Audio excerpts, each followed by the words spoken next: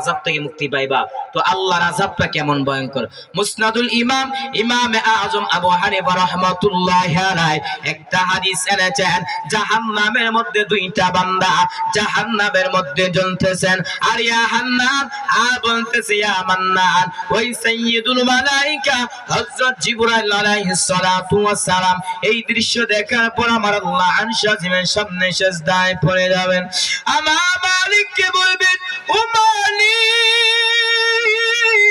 জাহান্নামের মধ্যে দুইটা বান্দা জাহান্নামের মধ্যে জ্বলতেছেন, আর ইয়া হান্নান বলতেছে ইয়া মান্নান, ও আল্লাহ যদি অর্ডার দেন ওই দুইটা বান্দাকে আপনার সামনে হাজির করব।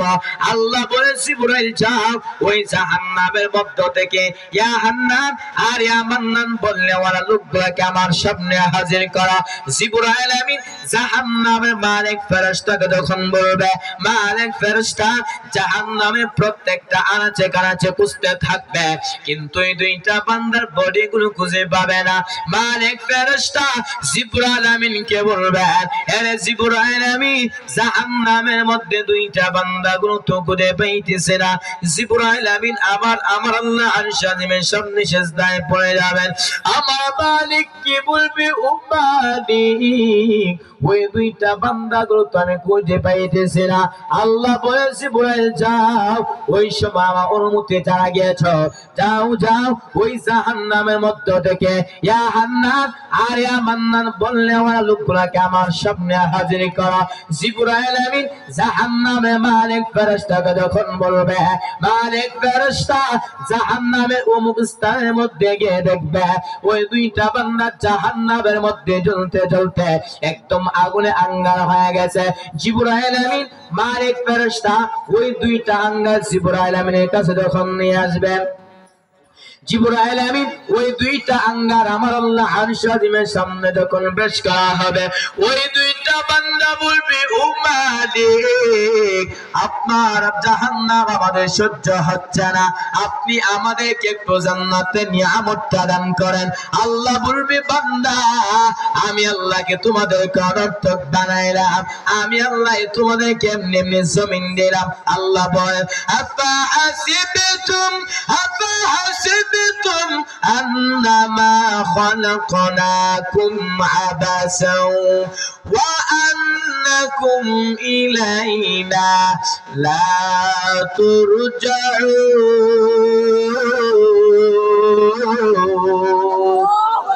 আল্লাহ বলবেন, এরা দুইটা মানুষ আমি আল্লাহ তোমাদেরকে জমিন দিলাম, আমি আল্লাহকে তোমাদেরকে আসমান দিলাম, এমনি এমনি না না কেন? আল্লাহ বলেন, ওয়া মা খালাকুতুল জিন্না ওয়াল ইনসা ইল্লা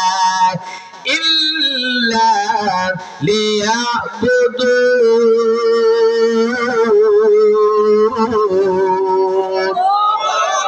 আল্লাহ বলবেন, এরা দুইটা মানুষ আমি আল্লাহ তোমাদেরকে জমিন দিলাম, আমি আল্লাহ তো সুন্দর আসমান দিলাম আমার ইবাদত করার জন্য। আজকে তোমরা আমার ইবাদত করতে পারায় আজকে তোমাদেরকে জান্নাত দেওয়া হবে না। ওই দুইটা বান্দা বলবে, ও মালিক আপনার একটা নাম ছিল হান্নান, আপনার আরেকটা নাম ছিল মান্নান, ও আল্লাহ এই নামগুলো ছিল আপনি আমাদেরকে একটু জান্নাতের নিয়ামতটা দান করেন।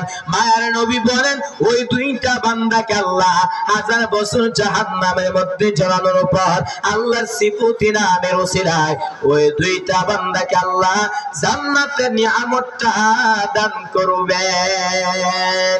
ইয়া ইলাহি তো মেরা মাবুদ হায়, ইয়া ইলাহি तू मेरा माशूक है, या इलाही मुझसे मुझको दूर कर, ताकि देखो मुझ में तुझको एक नजर, कुफ्र शिरक मेरे दिल से दूर कर, मेरे दिल में এশিকা হক গুনজারুকার।